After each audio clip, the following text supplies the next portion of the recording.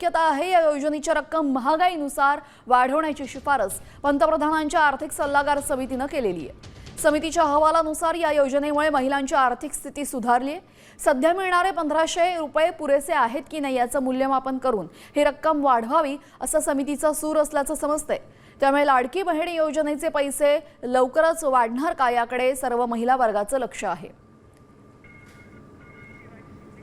आपल्यासोबत आमचे प्रतिनिधी शिवाजी शिंदे सर जोडले गेलेले आहेत। शिवाजी सर, योजनेचे पैसे वाढणार अशी चर्चा सध्या सुरू झालेली आहे, अधिकची माहिती।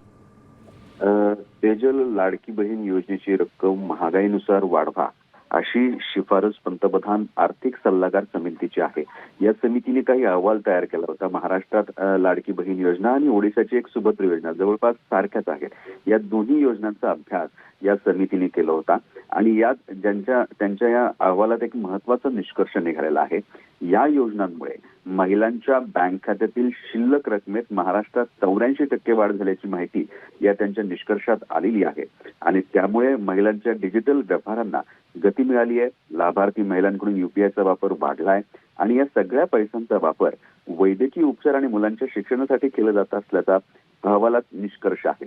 त्यामुळेच कुठेतरी पंतप्रधान आर्थिक सल्लागार जी समिती आहे या समितीने लाडक्या बहिणीचे पैसे महागाईनुसार वाढवता येतील का असा विचार केला जावा असा एक निष्कर्ष या अहवालात दिलेला आहे। त्यामुळे एक जमेची बाजू, एक लाडक्या बहिणींसाठी आनंदाची बाजू अशी होऊ शकते की भविष्यात या लाडक्या बहीण योजनेचे पैसे हे वाढवले जातील। आपल्याला सातत्याने माहिती आहे की महाराष्ट्र सरकारनेही वेळोवेळी सांगितलेले आहे की ही जी रक्कम आहे 1500 रुपयावरून 2100 रुपये केली जाईल।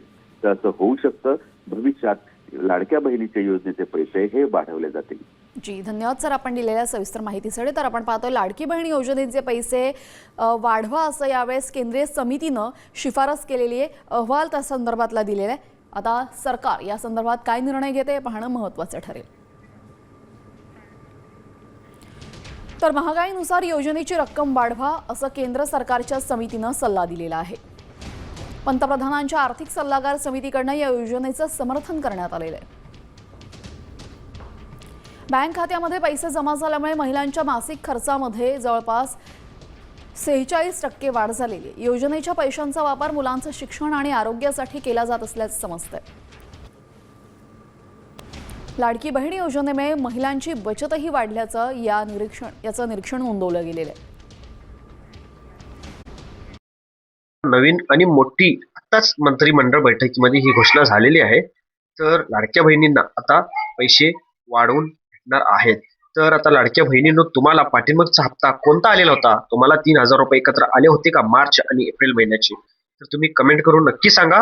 आणि तुम्हाला लास्ट हप्ता कोणता आला होता? मार्च एप्रिल आला होता का तुम्हाला फक्त फेब्रुवारी पर्यंत लास्ट हप्ते आले आणि तुमची केवायसी एकदा तरी झाली होती का नाही? तुम्ही कमेंट करून नक्की सांगायचं आहे। आणि आपल्या अशी नवीन माहितीसाठी आपल्या चॅनलला सबस्क्राईब करायला विसरू नका। सबस्क्राईब करा, लाईक करा, कमेंट करा। धन्यवाद।